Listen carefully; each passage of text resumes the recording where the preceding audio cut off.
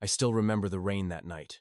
It wasn't just rain, it was freezing needles slicing through my thin sweater, soaking the empty backpack that once held every dream I had. I was 22, Ava. Just a girl who thought love meant forever. For 3 years I gave Jake everything.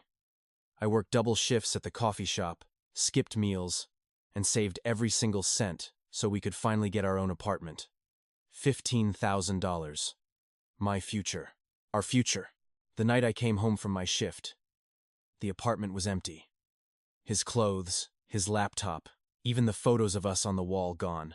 On the kitchen counter was a note. Sorry, babe. I need this more than you do. Don't look for me. My bank app showed zero balance. He had drained it all. I stood there in the dark, phone in my shaking hand, rereading the note until the words blurred with tears. When I tried calling, the number was disconnected. He didn't just leave. He erased me. I tried to hold on. I begged the landlord for 1 more week. I asked friends for a couch, but everyone had their own problems. The shelter turned me away after the 3rd night. So I learned the streets. I learned how to sleep under bridges without freezing.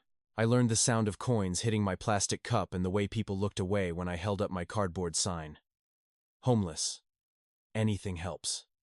God bless. Some days I ate 1 meal. Some nights I ate nothing. The cold seeped into my bones until I couldn't remember what warm felt like. Every time the rain started, I whispered the same broken question into the dark. How could the person I loved most destroy me like this? That night, with my phone battery at 1%, a random local ad popped up. City Revitalization Program. Abandoned Victorian homes for $1. Must claim immediately. Back taxes paid. $1. 1 roof. 1 last chance not to die on the street. By morning I had begged enough for bus fare and the tiny filing fee. 2 hours later I stood in front of the house in Willow Creek. It looked like it had been crying for years, paint peeling in long strips, windows cracked like broken promises, porch sagging under thick vines. The realtor handed me the key without smiling and drove away fast. I pushed the heavy door open. The groan it made echoed through the empty rooms like a warning. Dust swirled in the thin gray light. I dragged my backpack inside, closed the door, and slid down the wall until I sat on the cold wooden floor. For the first time in weeks, I wasn't outside. I cried until my chest burned. The first weeks were pure survival. No electricity, no heat. I cleaned by candlelight, hauled water from the backyard pump, patched leaks with plastic bags and tape I found in the basement. At night, the house whispered floorboards creaking upstairs when no one walked, wind moaning through the chimney like a lonely sigh. I told myself it was just an old building settling, but sometimes I woke with my heart racing. Sure, I heard someone breathing in the dark. Still, I kept working. I scraped wallpaper in the parlor and found soft pink roses underneath. In the attic, I discovered boxes of forgotten things. One stormy evening, I was prying up a loose floorboard in the bedroom to fix a squeak. The board came away too easily. Beneath it lay a small wooden box tied with faded ribbon. My hands trembled as I opened it. Inside were dozens of old love letters, yellowed with age, all written in elegant handwriting. They were addressed to my dearest Clara, my mother's name. The writer signed everyone, Your forever love, Mama. My grandmother. The one Mom said had died before I was born.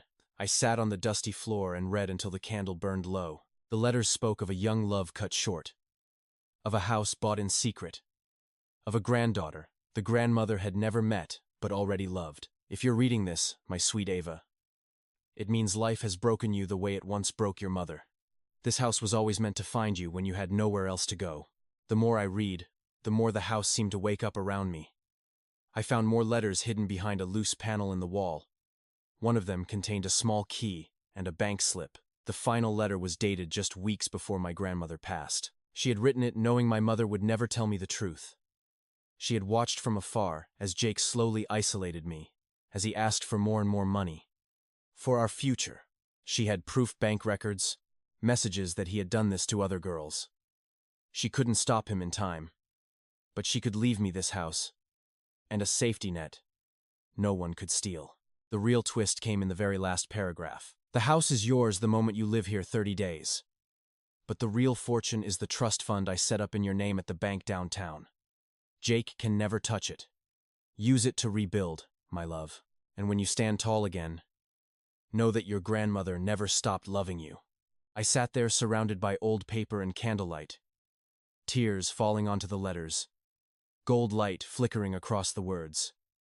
$15,000 stolen by the man I trusted.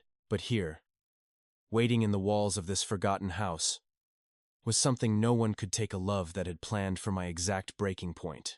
The next morning, I took the first bus to the bank.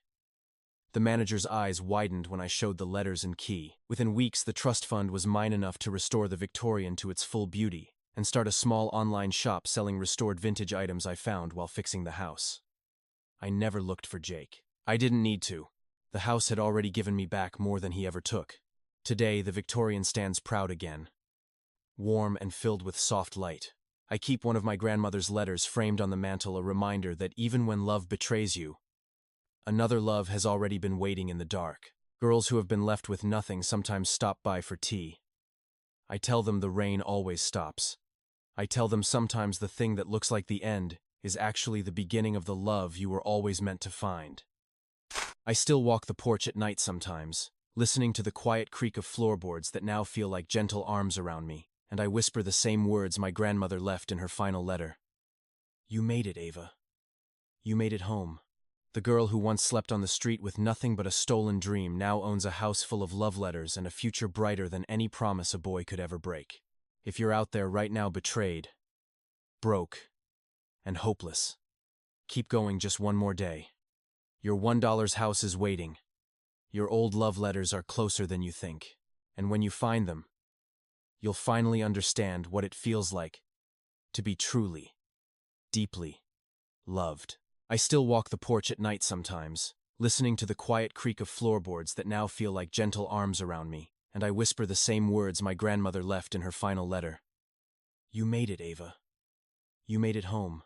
The girl who once slept on the street with nothing but a stolen dream now owns a house full of love letters and a future brighter than any promise a boy could ever break. If you're out there right now betrayed, broke, and hopeless, keep going just one more day. Your $1 house is waiting. Your old love letters are closer than you think.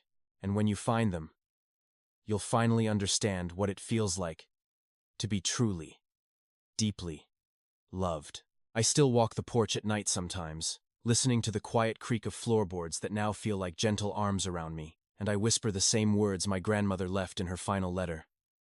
You made it, Ava. You made it home.